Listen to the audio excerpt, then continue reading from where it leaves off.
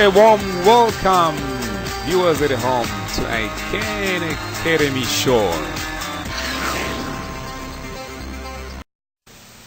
Greetings to our viewers at home. Today you are watching ICANN Academy, and today I have Mr. Nkabinde, and our topic is going to be globalization, looking at the globalization. Greetings, Mr. Nkabinde. Well, it's a pleasure, Mrs. September, to be here, and thanks for the invitation. It is really a privilege to be a guest in this big and wonderful topic, which is globalization. And I hope that the viewers at home then will be really blessed with my inputs in this topic, because I think I am an expert of some sort in it. Thank you. Mr. Nkabinde, what do you understand about the term globalization? What is globalization in your own understanding? What can you tell us about globalization? Thank you, ma'am. Globalization is a concept wherein all the countries of the world are coming together to make what you call a global village. So this is a process that is about economy, that is about politics, that is about culture. So these three concepts are embedded in this whole concept, which is called globalization. As I have said earlier on, to say it is just a coming together of all the world countries into one global village for the purposes of advancing the countries economically, politically, and socially as well. Now, what are the good and the bad sides of this globalization? What do you understand, maybe? What can we benefit from it? Or what can other countries benefit from it? Well, the good and the bad side of globalization is something that is very sensitive, because as you would know, that behind this process we've got world leaders, people who are highly respected, who are pushing that there should be such a kind of a process, the moving together of world countries. Now, before I could say anything, I must say that there is indeed the good and the bad which is found in this whole process, globalization. Now, I will just start by mentioning the bad and end with the good. Or rather, I will start with the good and end with the bad. I should think I'll start with the good indeed. The good that is found in globalization, first of all, we get to benefit in the economics of the world. Like, for instance, one does not have to have a challenge of having to suffer in terms of trade. We can do the exports and the imports in a way that allows us to gain more access in the economies of the world. So I think that's the main benefit that is found here. And also, when you check the level of education, the standards of the civilized countries, the developed countries, comparing with those which are still in a process of developing, you could see that there is a big gap there. Now, when you talk of globalization, this seems to be a story to be looked at when we shall now, as developing countries, be in a standard or be on par with the developed countries, which gives us an injection or a boosting of some sort to say, when you look at health issues, the treatments will be the same as those that are found from developed countries. When you look at the technology kind of it, you will also have a service that is of the world standard. Now, that is the good that is found here. And also, when we look at politics, as you know that we have the United Nations organization, which is behind the issues of human rights, which is behind the issues of human beings as their well-being as far as it is concerned. Now, with that in mind, one is able now to not have what you call problems of discrimination given to your skin color, given to your creed, given to your race, given to your whatsoever situation that you'll be having, which might allow what you call discrimination. Also, you look at the abuses that the other countries have suffered. Now, when you look now into issues of human rights given by United Nations organization policies, you could see that everybody shall benefit on the same scale, on the same level, as well as in politics. Somehow you do have countries wherein there is also abuse, there is also abusive leaders, abusive kings. Now, when there is this kind of a relationship which is global now, such will not be a story to really be worried about. Thank you, Mr. Nkabinde. Now I think we understand what this globalization is all about. Now let me ask you another question. What are the effects of this globalization in our religions? Well, I think that goes with the negative effects or the bad that is found in globalization. Well, I want to start by saying that this is a social aspect which is found in globalization, or cultural aspect which is found in globalization. As you know, that globalization is coming from mainly the developed countries to unite all the countries of the world, which is also inclusive of the developing countries.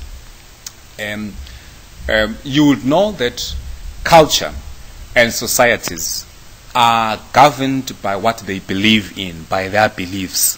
Now, there are many beliefs in each and every country, given the ethnical groups, given the religious groups, given the philosophies of each and every country.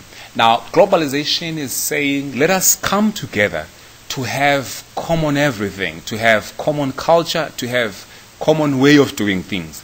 As I have mentioned, that in the concepts that are found under globalization, you also find what you call culture. Now, culture is just a way of doing things. It's just a way of how we live, which puts into it what you call our beliefs, norms, and values.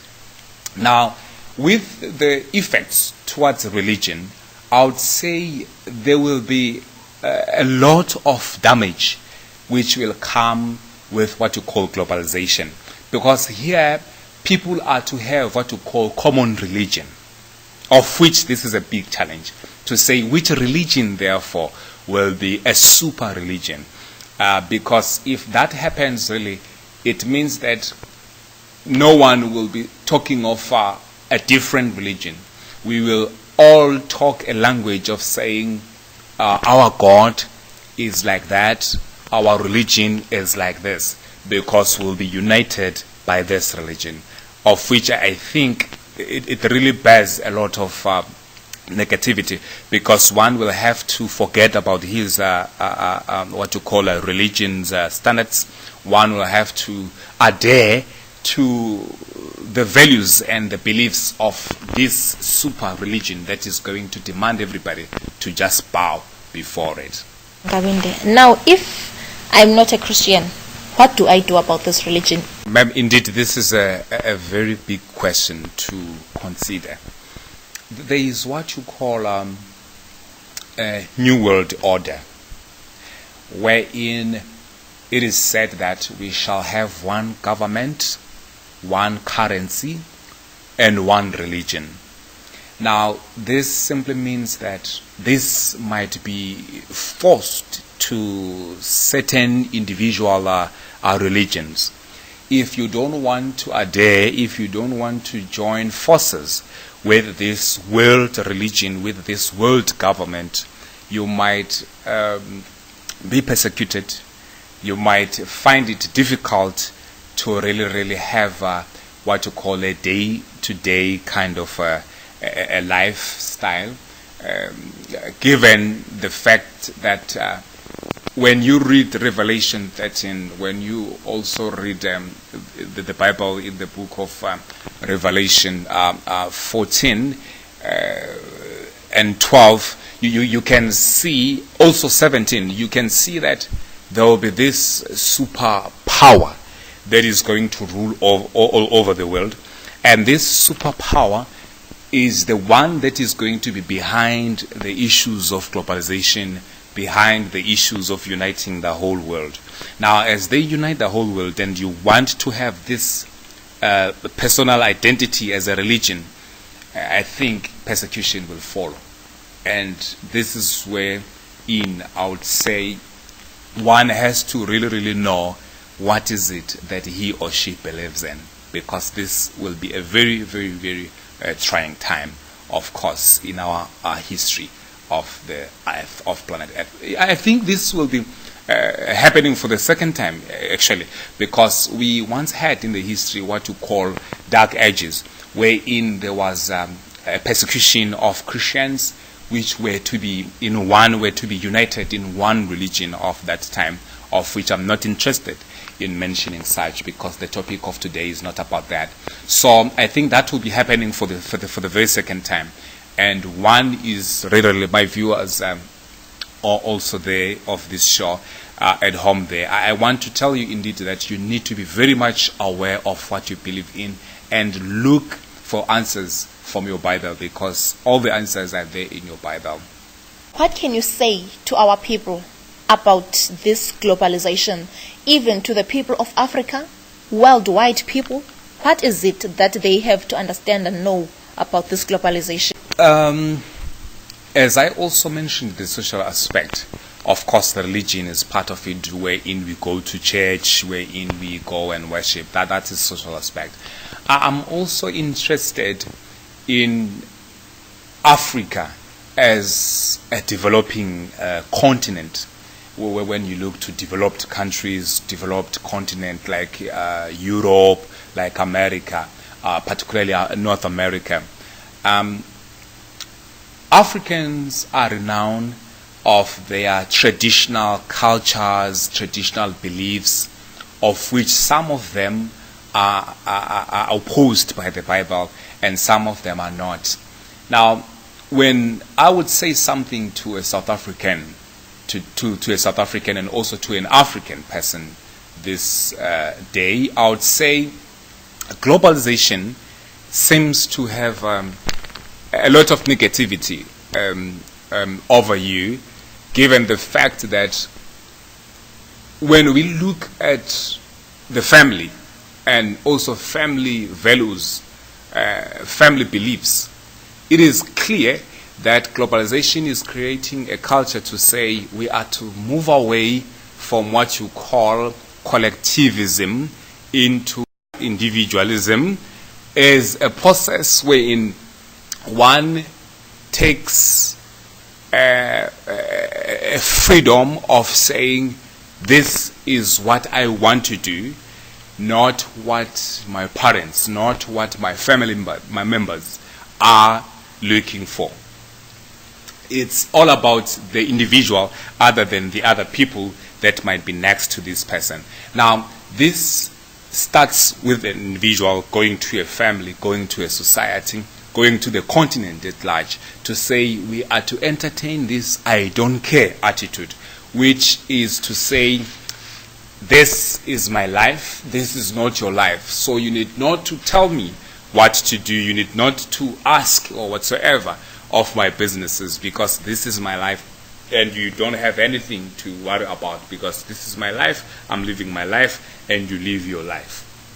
So you can see that this might have some social ills, as a result of such a kind of a philosophy, which is individualism as opposed to collectivism.